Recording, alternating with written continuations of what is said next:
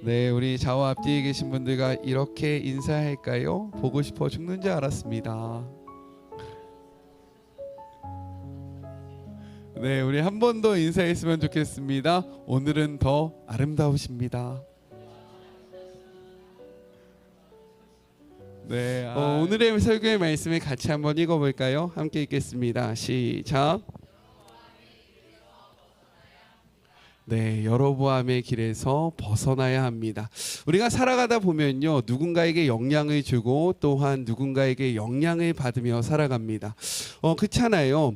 우리 성도님들도 저에게 영향을 받으시고, 그리고 저도 우리 성도님들에게 영향을 받으면서 살아가는 것이 세상의 그러한 이치라는 거예요. 살다가 보다 보면 우리 지금 저 두 이제 새로운 부부도 있지만 부부들은 왠지 모르게 닮아가지 않습니까? 그렇죠? 예, 이렇게 딱 있으면 왠지 모르게 닮은 것 같아요. 생긴 것도 닮은 것 같고 그리고 성격도 닮아갑니다. 왜냐하면 서로에게 영향을 주고 받기 때문인 겁니다. 오늘의 말씀을 보면 바하사라는 새로운 왕이 등장합니다. 바하사는요, 여로보암의 아들 나답을 죽이고 새로운 왕조를 일으킨 그러한 왕입니다. 이스라엘의 제2대 왕조를 시작한 거예요. 그런데 오늘 말씀을 보니까 이 바하사가 하나님 앞에 칭찬받는 삶을 산 것이 아니라 하나님 보시기에 악한 왕이다라는 내용이 계속해서 기록되어집니다. 그래서 하나님의 심판의 말씀이 바하사와 그의 가문에게 임한 것이 오늘의 본문의 말씀인데, 저는 이를 통해서 우리가 두 가지를 함께 생각해 보았으면 좋겠습니다. 먼저 첫 번째는 무엇이냐? 여로보암의 길로 나아간 바하사에 대해서 이야기한다라는 거예요. 어떠한 길로 나아갔다라고요? 네, 여로보암의 길. 지금 바하사가 왕이 된 이유는 무엇입니까? 여로보암의 왕조를 끝내고요, 자신의 왕조를 새롭게 세운 겁니다. 이 여로보암이 했던 그 모습과 그 길이 북이스라엘을 다스리는 것에서 옳지 않았다라고 판단되었기 때문에 그 왕조를 무너뜨리고 자신이 새로운 왕조를 시작했는데, 오늘 성경의 기록을 보니까 계속해서 그는요, 여로보암의 길에서 벗어나지 못했다라고 이야기를 하고 있다라는 거예요. 우리 34절의 말씀을 같이 한번 읽어볼까요? 15장 34절의 말씀입니다. 시작.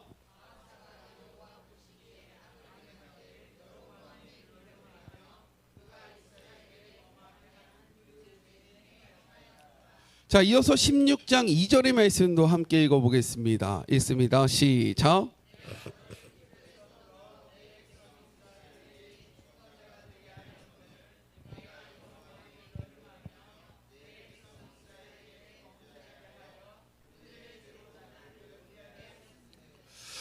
성경에 보면요, 선한 왕의 그러한 기준점이 있었습니다. 누구였을까요? 선한 왕. 아멘. 다윗이에요. 그래서 성경에 보면 너 이 다윗과 같이 행하였더라라고 이야기하는 왕들은요, 다 선한 왕이 된다라고 이야기합니다. 그런데 이렇게 선한 왕의 표준이 다윗이었듯이 악한 왕의 표준도 있었는데 그 악한 왕의 표준이 바로 여로보암이었다라는 거예요. 그렇다면 여로보암은 어떠한 행동을 했기에 성경은 그의 길이 악하다라고 이야기하는지 그것에 대해서 함께 생각을 해보려고 해요. 여로보암이 했던 그 악행은 무엇이냐면 이스라엘이 계속해서 했던 것이 하나님을 향한 예배였습니다. 하나님을 바라보는 것이었는데 그는요, 이와 관련된 규례들을 자신의 유익과 만족을 위해서 마음대로 바꾸고 변질시키는 일을 했다라는 거예요. 첫 번째는 무엇이냐? 북이스라엘이 유다와 예루살렘으로 내려가지 못하도록 두 금송아지를 만드는 사건을 벌입니다. 그는요, 그 금송아지들을 보면서 무엇이라고 이야기하냐면 이것이 바로 이집트에서 너희를 인도하여 낸 하나님이다 라고 선포를 했다라는 거예요. 우리 12장 28절의 말씀에 같이 한번 읽어볼까요? 열왕기상 12장 28절의 말씀입니다.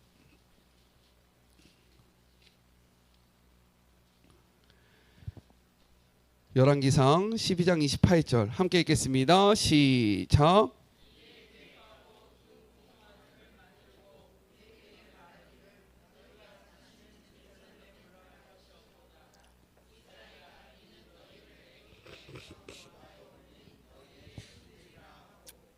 이렇게요. 그는요.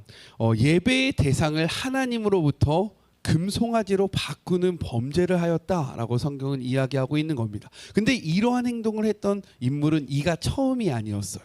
먼저 이러한 행동을 했던 인물이 있습니다. 누군지 기억하십니까? 네, 아론이에요. 아론. 모세가 하나님과 대면하여 40일 동안 그 시내산에서 율법을 받고 있을 때 이스라엘 백성들이 소요한 거죠. 왜요? 강력한 리더였던 모세가 없어지니까 이스라엘 백성들이 웅성웅성하면서 야, 모세 죽은 거 아니야? 어떻게 된 거야? 왜 이렇게 된 거야? 라고 이야기하면서 아론에게 대항합니다. 그러니까 아론이 어떻게 해요? 야, 너희들이 갖고 있는 금 다 갖고 와봐. 내가 하나님 만들어줄게 라고 이야기하고 만든 것이 바로 금송아지였다라고 성경은 이야기합니다. 우리 같이 한번 말씀을 찾아볼까요? 출애굽기 32장 8절의 말씀입니다. 출애굽기 32장 8절의 말씀. 구약성경 131쪽에 있는 말씀이에요. 구약성경 131쪽에 있는 출애굽기 32장 8절의 말씀입니다.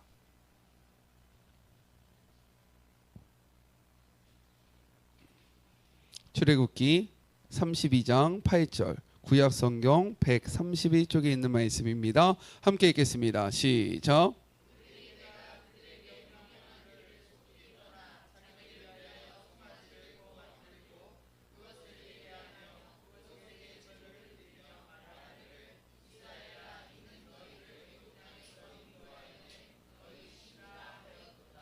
아멘. 아론이 금송아지를 만든 이유가 무엇이었을까? 네, 그 출애굽기를 덮지 마시고 성경은요 이렇게 이야기하고 있습니다. 출애굽기 32장 22절의 말씀, 22, 23, 24절 우리 세 절의 말씀에 같이 한번 읽어보겠습니다. 시작.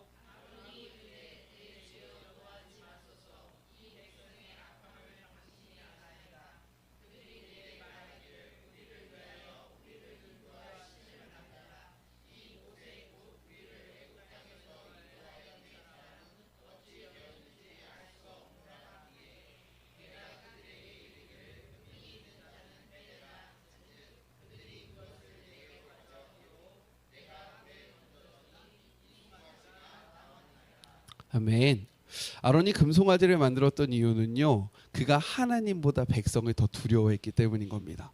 백성들이 밀란을 일으킬까봐, 자신을 죽일까봐 두려워서 어떻게 합니까? 그들의 요구를 들어줬던 게 바로 금송아지였다라는 거예요. 그러면 여로보암은 금송아지를 왜 만들었을까요? 성경은요 이렇게 이야기합니다. 열왕기상 12장 27절의 말씀이에요.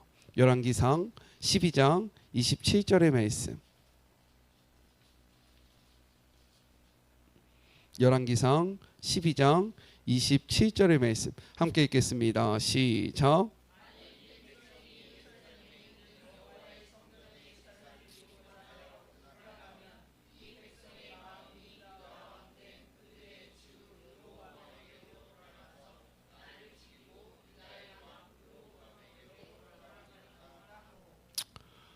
그 역시 이 우상 숭배를 했던 이유가 무엇입니까? 백성을 빼앗길까봐 두려워하였다라고 성경은 이야기하고 있는 거예요. 즉 우리가 우상 숭배, 금송아지를 만든 이 두 사건은 왜냐? 둘 다 하나님보다 백성들을 두려워할 때, 다른 것들을 두려워할 때 우리의 마음에 우상이 생긴다라고 성경은 이야기하고 있는 겁니다. 아멘이십니까? 그것이 두려우니까요. 이것을 빼앗고 싶지 않으니까, 내가 이것을 지키고 싶으니까 하나님이 아니라 다른 것들을 찾기 시작하였다라고 성경은 이야기하고 있는 거예요. 그런데 하나님은요 이러한 모습을 어떻게 이야기하시냐면 출애굽기 32장 7절의 말씀 같이 한번 읽어보죠. 출애굽기 32장 7절 이렇게 말씀하고 있습니다. 출애굽기 32장 7절의 말씀.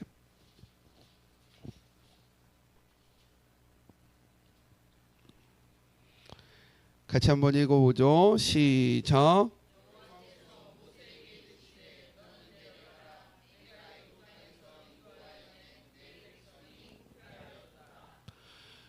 부패하였다.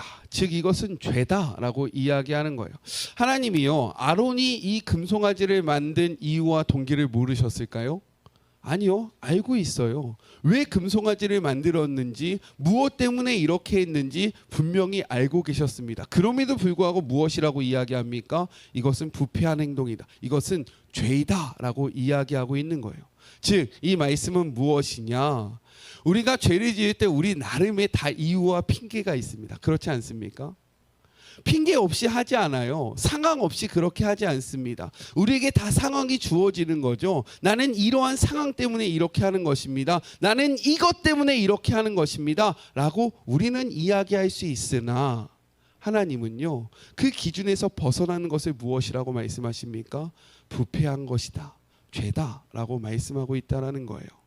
즉, 하나님의 말씀보다 우선시되는 상황은 없고요, 하나님의 기준을 뛰어넘는 변명은 없다라는 것입니다. 아멘이십니까?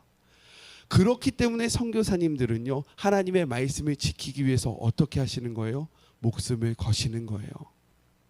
오늘도 그 말씀으로 인하여 목숨을 거시는 분들, 왜요? 타협하지 않는 것입니다. 그 동기와 그 상황 속에서 치지 않는 거예요. 우리도 그러한 삶을 살아가기를 주님의 이름으로 축복합니다. 어떠한 동기와 어떠한 상황 속에서 했든지 하나님은요, 그것이 죄다라고 말씀하고 계시는 거예요. 자, 그리고 또 이 여로보암은 어떠한 행동을 했냐면, 레위 지파, 즉 아론 자손에게만 주어진 제사장 직분을 아무에게나 무분별하게 주기 시작합니다. 그러면서 하나님께서 세우신 법도와 질서를요, 어그러뜨리기 시작했다라는 거예요. 나아가서 그는 어떻게 하냐면, 하나님께서 지정하신 절기가 있었습니다. 근데 그 절기도요, 자신의 편의에 따라서 그 절기의 날짜를 바꿔버립니다. 그러면서 이것이 하나님의 절기다라고 선포해요. 하나님의 기준이 있었고, 하나님의 말씀이 있었고, 하나님의 법칙이 있었음에도 불구하고 자신의 입맛에 따라서 이 모든 것들을 자신의 마음대로 변질시켰다라는 거예요. 우리 솔로몬을 기억하고 있지 않습니까? 솔로몬이요, 아버지 다윗을 이어서 왕이 되었을 때 그가 너무나도 감사해서 하나님 앞에 1000번제를 드립니다. 그렇죠? 하루에 1000번의 제사를 드려요. 그러니까 하나님이 어떻게 하십니까? 그 솔로몬의 모습에 감동을 해요. 그리고 그날 밤에 그에게 나타나서 묻습니다. 너가 무엇을 구하든지 내가 이것을 줄 것이다. 그랬을 때 솔로몬이 구했던 것이 무엇인지 기억하고 계십니까? 네, 듣는 마음이에요. 우리 같이 한번 찾아볼게요. 열왕기상 3장 9절의 말씀입니다. 열왕기상 3장 9절의 말씀.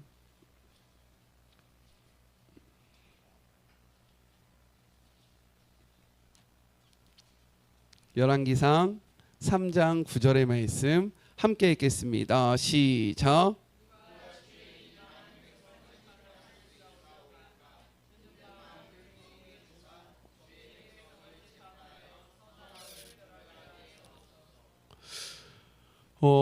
우리는 지혜를 구했다라고 흔히 생각하지만 성경은 듣는 마음을 구했다라고 이야기합니다. 여기서 듣는 마음이란 하나님의 그 말씀을 들을 수 있는 그러한 마음밭을 구했다라고 이야기하는 거예요. 왜요? 그가 이야기하잖아요. 이 백성은 하나님의 백성입니다. 그렇기 때문에 이 백성을 다스리는 그 기준점은 나의 생각이 되어서는 안 됩니다 라고 이야기하고 있는 거예요. 하나님의 것이니까 하나님의 말씀대로, 하나님의 지혜대로, 하나님의 뜻대로 인도하는 것이 옳지 않습니까? 그러니까 나에게 무엇을 주십시오? 듣는 마음을 주십시오 라고 이야기하는 거예요. 내 삶의 기준점이 내가 아닙니다 라고 이야기하는 겁니다. 그런데 하나님을 떠났던 그 시대가 있어요. 그 시대를 우리가 사사시대라고 이야기하는데, 그 사사시대에 반복되는 말씀이 있습니다. 그 사사시대를 한 문장으로 표현할 수 있는 그 말씀이 있는데 무엇이냐? 사사기 17장 6절의 말씀 같이 한번 찾아볼까요? 사사기 17장 6절, 구약성경 392쪽에 있는 말씀입니다. 구약성경 392쪽에 있는 사사기 17장 6절의 말씀.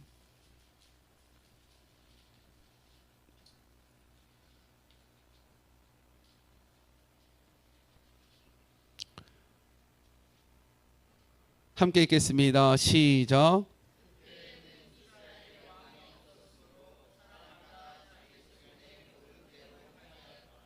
우리 이어서 사사기 22장 25절도 한번 읽어볼까요? 사사기의 마지막 장 마지막 절입니다.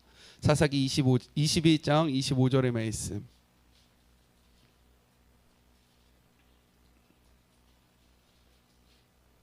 같이 한번 읽어보겠습니다. 시작.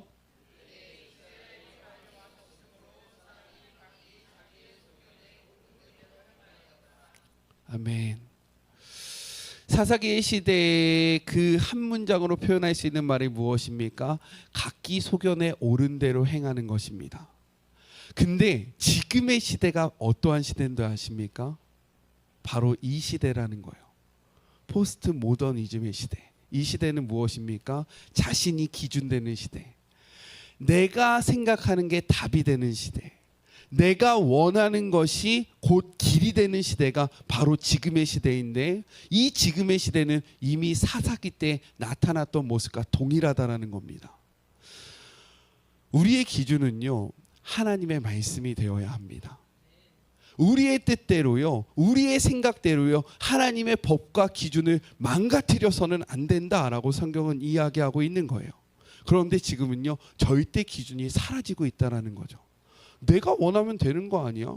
내가 하고 싶은 대로 하는 게 맞는 거 아니야? 왜요? 세상이 그것이 옳고 세상이 그것이 행복하다라고 이야기하기 때문에 우리 모두가 다 그렇게 이야기하는 거예요. 내가 하고 싶지 않은데 해야 합니까? 내가 원하지 않는데 하는 것이 맞습니까? 성경은요, 우리가 원하지 않더라도 하나님께서 원하시면 하는 것이 맞다라고 이야기합니다. 아멘이세요? 반대로 내가 아무리 원하더라도 하나님께서 하시지 말라라고 이야기하면 하지 않는 것이 맞는 것이 바로 그리스도인의 삶이라고 성경은 이야기하고 있는 거예요. 아멘이십니까? 우리는 하나님의 기준대로 살아가고 있습니까? 아니면 나의 소견대로 살아가고 있습니까? 이 말씀 앞에 우리의 삶의 모습을 다시 한번 정비하시기를 주님의 이름으로 축복합니다. 또 마지막으로 그 여로보암은요, 어떻게 했냐면 자기가 변경한 이 모든 것을 본인이 먼저 나서서 지켜 행하기 시작합니다. 자기가 이 어겼던 모든 금송아지 앞에서 자신이 먼저 예배하니까 어떻게 됩니까? 이가 지금 이스라엘의 왕이잖아요.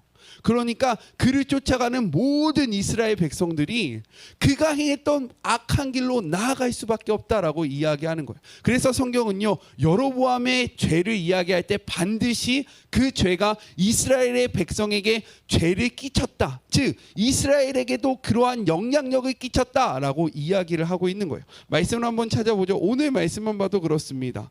자, 우리 먼저 열왕기상 15장 34절을 한번 읽어볼까요? 15장 34절입니다. 오늘 말씀입니다. 함께 읽겠습니다. 시작.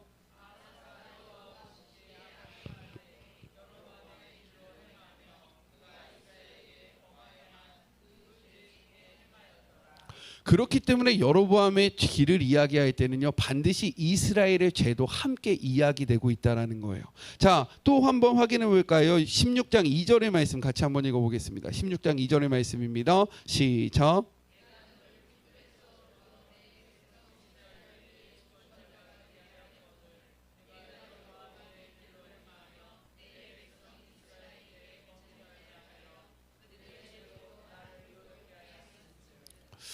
요즘에 지음이 지호가 자꾸 따라하는 모습이 있는데 무엇이냐면, 제가 찬양할 때 끄듬을 굉장히 떨지 않습니까? 예, 뭐 주사랑 이렇게 찬양을 부르잖아요. 근데 제가 왜 이렇게 찬양을 부르기 시작했냐면, 제가 그 중학교 때 저를 담당했던 그 목사님이 계신데 그 목사님이 이렇게 찬양을 하셨어요. 그래서 그때 제가 장난으로 그 목사님이 흉내 낸다고 이렇게 하다가 제가 이렇게 된 거거든요. 근데 요즘에 제가 찬양을 이 교회에서 계속 부르면 집에서 이제 아내가 영상을 찍어서 보내주는데, 지음이야 지호가 맨날 주사랑 막 이렇게 하면서 영상을 보내는 거예요. 자, 이 말이 무엇이냐? 저의 그러한 삶의 모습이 저의 자녀에게 영향력을 끼친다라는 거죠. 우리는 누군가에게 다 영향을 끼치고 영향을 받으면서 살아가게 되어 있다라는 겁니다. 그런데 여로보암은요, 어떠한 영향을 끼쳤습니까? 하나님께서 그 비천한 자를 왕으로 삼아 주셨는데 이것을 지키기 위해서 하나님을 떠나고요, 이상한 것을 하나님이라고 이야기하고요, 자신의 마음대로 하나님의 법도를 바꾸면서 이 모든 것을 본인이 먼저 따라 살아감으로써 자신의 뒤를 쫓아오는 사람들을 악한 길로 하게 만든 것이 바로 여로보암의 삶이었다라는 거예요. 우리 성도님들은 어떠한 영향력을 끼치며 살아가고 계십니까? 잠시 한번 생각해 보세요. 나는 내 남편에게 어떠한 영향력을 끼치고 있을까?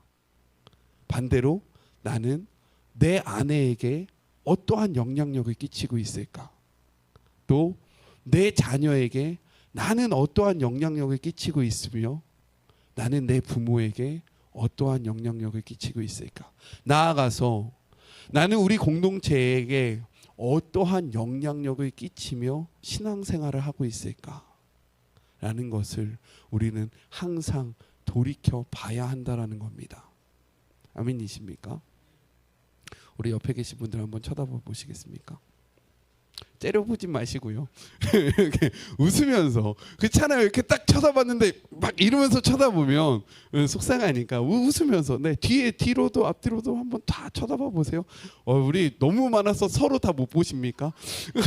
아직 그 정도는 아니잖아요. 그렇죠? 우리가 지금 한눈에 싹 들어올 정도잖아요. 우리는요, 서로에게 선한 영향력을 끼쳐야 한다는 겁니다. 내가 교회에 왔는데 누군가가 나 때문에 불편해해요. 아니면 나의 기분이 교회 공동체에 영향을 미칩니다. 이러면요, 건강하지 않은 겁니다. 아멘이십니까? 선한 영향력을 끼칠 수 있는 우리 모두가 되기를 주님의 이름으로 축복합니다. 우리 그렇기 때문에 옆에 있는 분들과 이렇게 이야기해 볼까요? 당신 때문에 하나님을 만나게 됩니다.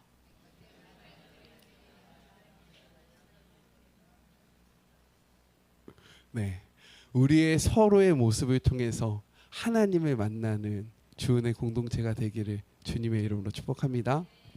둘째로 우리가 생각할 것은 무엇이냐? 바사를 꾸짖은 예후에 대해서 이야기를 하고 있어요. 무엇이라고요? 바사를 꾸짖은 예후. 우리 1절에 16장 1절의 말씀을 함께 읽겠습니다. 16장 1절의 말씀 시작.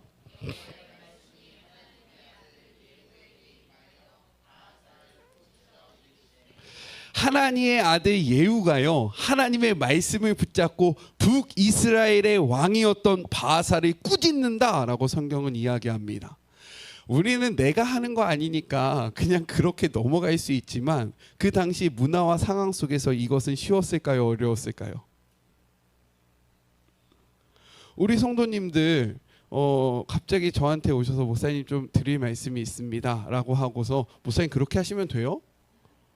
그렇게 하시는 거 맞습니까? 라고 이야기하는 거 쉬우실까요? 어려우실까요?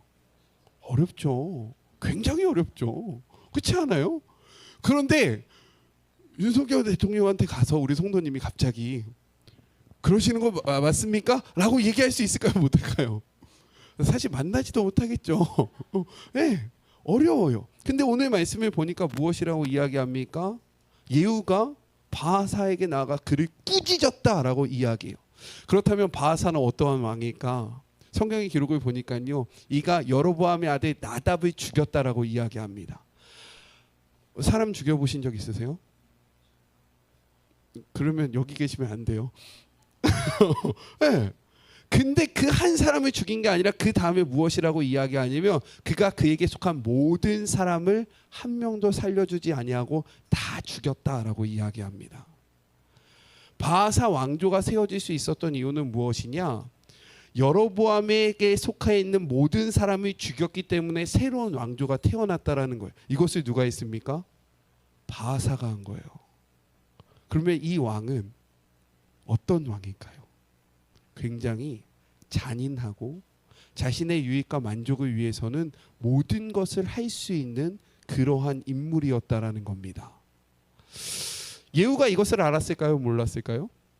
어떻게 모르겠습니까? 한 나라에 일어난 일인데 알고 있었다라는 거예요. 그럼에도 불구하고 나아간 겁니다. 그런데 특이한 점은 무엇이냐? 하나님의 사람 예후가 나갔다라고 이야기하지 않고 하나니의 아들 예후가 나갔다라고 이야기합니다. 왜 그랬을까요? 하나니가 누구냐면 하나니도 하나님의 선지자였습니다. 그런데 이 하나니는요, 어떠한 사람이었냐면 아사, 남유다의 왕이었던 아사가 하나님을 의지하지 않고 아람 왕이었던 벤하삿을 의지하니까 그에게 찾아가서 이렇게 이야기해요. 우리 말씀을 같이 한번 찾아볼까요? 역대하 16장 7절 뒤쪽으로 넘어가면 있습니다. 구약성경 675쪽이에요. 역대하 16장 7절의 말씀입니다. 구약성경 675쪽에 있는 말씀이에요. 같이 한번 읽어보겠습니다. 시작.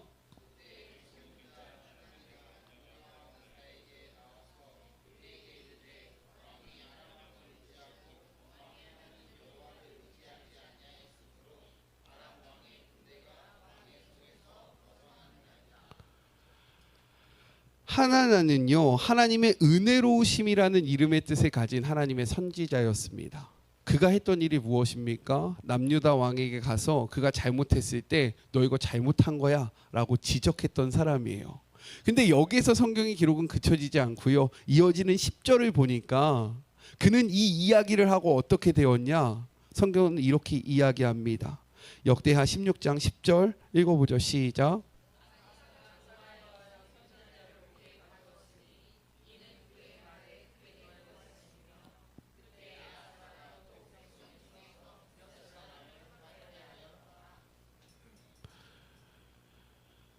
예후의 아버지는요, 하나님의 말씀을 전하다가 어떻게 되었습니까?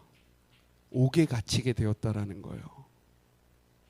하나님의 말씀을 전해서 축복받은 것이 아니라, 하나님의 말씀을 전해서 형통한 것이 아니라, 그들의 가정이 풍요로워진 것이 아니라, 하나님의 말씀을 전했다가 그의 아버지가 왕으로부터 미움을 받았다라고 성경은 이야기하고 있습니다. 예후가 이것을 알았을까요? 몰랐을까요? 알죠. 자신의 아버지에게 일어난 일을 어떻게 모르겠습니까? 그런데 이 예후가 하나님의 말씀을 받들고 바하사에게 나아가 그 바하사를 꾸짖은 거예요. 그렇다면 이 말은 무엇이냐? 예후는요, 하나님의 말씀을 붙잡고 죽을 각오를 했다라는 겁니다. 자신의 그러한 왕조를 다 몰살시킬 수 있었던 그 잔인한 왕과 하나님의 말씀을 들고 나아갔다가 옥에 갇혔던 아버지를 보았음에도 불구하고 그는요, 하나님의 말씀에 순종하여 이 말씀을 붙잡고 나아갔다라는 거예요. 성경은 그것을 분명하게 이야기하고 있는 겁니다. 우리 성도님들은 가장 최근에 말씀을 전하신 적이 언제 있으십니까? 성경은요, 우리에게 이렇게 이야기해요. 예레미야 1장 7절의 말씀입니다. 예레미야 1장 7절의 말씀이에요. 구약성경 1051쪽에 있는 말씀입니다. 구약성경 1051쪽에 있는 말씀이에요.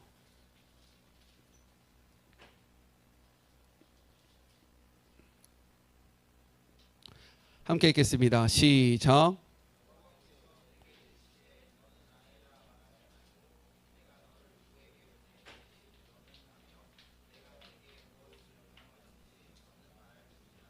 아멘. 다시 한번요. 예레미야 1장 7절입니다. 예레미야 1장 7절의 말씀. 우리 다 함께 크게 읽어보도록 하겠습니다. 시작.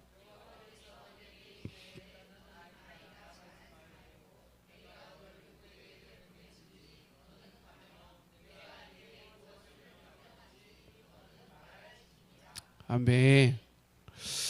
바울은요, 로마의 감옥에 갇혀서 편지를 쓰고 고백을 하는데 그는 이렇게 이야기합니다. 에베소서 6장 19절부터 20절의 말씀이에요. 에베소서 6장 19절부터 20절의 말씀, 신약성경 317쪽에 있는 말씀입니다. 에베소서 6장 19절부터 20절의 말씀, 신약성경 317쪽에 있는 말씀이에요.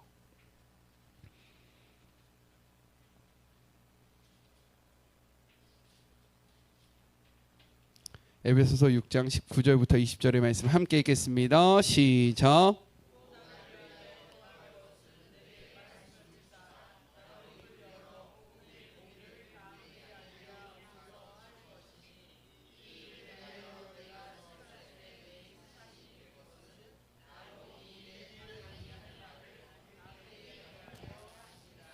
아멘. 그가 감옥에서, 그래서 이야기하잖아요.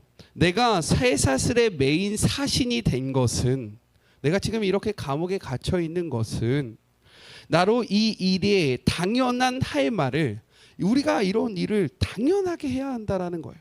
이것을 담대하게 하기 위함이다라고 이야기합니다. 코로나 이후에요, 한국 교회의 기독교의 이미지가 매우 안 좋아진 것은 사실입니다. 그렇죠? 네, 그래요. 특별히 대구 지역에서는요, 진짜 엄청납니다. 왜? 대구 지역에서 신천지 때문에 이것이 엄청 확장됐는데, 세상 사람들은 신천지나 교회나 다 똑같이 보기 때문인 거죠. 그런데 그때부터 우리 교회가 어떻게 되었느냐, 교회들이 어떻게 되었느냐, 주눅들기 시작했다라는 거예요. 스스로 그리스도인이라고 밝히던 자들이요, 어디 가서 그리스도인이라고 이야기하지 않습니다. 웬만하면 얘기하지 않아요. 왜요? 얘기했다가 사람들이 나를 어떻게 볼까? 나에게 불이익이 오지는 않을까? 라는 생각 때문에 젊은 친구들은요, 이러한, 심지어 이런 얘기까지 듣습니다. 너 설마 아직도 교회 다녀? 라는 얘기가 지금 한국 사회 속에서 팽배하게 이루어지고 있는 그러한 멘트라는 거예요. 이때 우리는 무엇을 회복해야 합니까? 하나님의 말씀에 담대함을 회복해야 한다는 거예요. 아멘이십니까? 예후는요, 우리보다 더 어려운 상황이었습니다. 하나님의 사람들은요, 더 어려운 상황과 환경 속에서도 어떻게 합니까? 담대하게 복음의 비밀을 선포했다라는 거예요. 죽으면 죽으리라 라는 각오로 하나님의 말씀을 선포했기 때문에 우리가 지금 이렇게 모여 예배할 수 있는 것입니다. 우리 성도님들은 복음을 부끄러워하고 계시지는 않습니까? 아니면 웬만하면 그냥 드러내지 않고 왜 얘기해봤자 관계만 불편해질 테니까 내가 얘기한다고 뭐가 달라지겠나라는 생각 속에서 아무렇지 않게 살아가고 있지는 않습니까? 이 말씀 앞에 정말로 그 복음의 담대함이 우리 안에 생기기를 주님의 이름으로 축복합니다. 아멘이시죠? 전하셔야 돼요. 이것은 성경이 우리에게 주는 명령입니다. 예수님이 승천하시면서 제자들에게 무엇이라고 이야기합니까? 땅끝까지 이르러 내 복음의 증인이 되라 라고 명령하셨어요. 이것은요, 해도 되고 하지 않아도 되는 선택의 문제가 아닙니다. 반드시 해야만 하는 하나님의 절대 명령이라는 거예요. 우리가 살아가는 삶의 자리에서 하나님의 말씀을 바르게 선포하는 우리가 되었으면 좋겠습니다. 무엇인가를 잃어버릴까 고민이 되실 때에 그냥 잃어버려 보세요. 내가 이것 예수님 때문에 무엇인가 이 땅에서 포기하게 된다면 하나님은요, 그것을 절대로 잊지 않으십니다. 아멘이십니까? 내가 이것 때문에 관계가 끊어진다 할 때요, 그 관계를 끊어버리세요. 이 관계가 끊어지면 나의 그러한 관계성 속에서 엄청난 불이익이 다가온다 할지라도 하나님의 말씀 앞에서 타협하지 아니하시기를 주님의 이름으로 축복합니다. 우리 교회가 그렇게 되었으면 좋겠고, 제가 그렇게 되었으면 좋겠고, 우리가 그렇게 되었으면 좋겠습니다. 우리 같이 찬양하고 기도할까요? 말씀 앞에서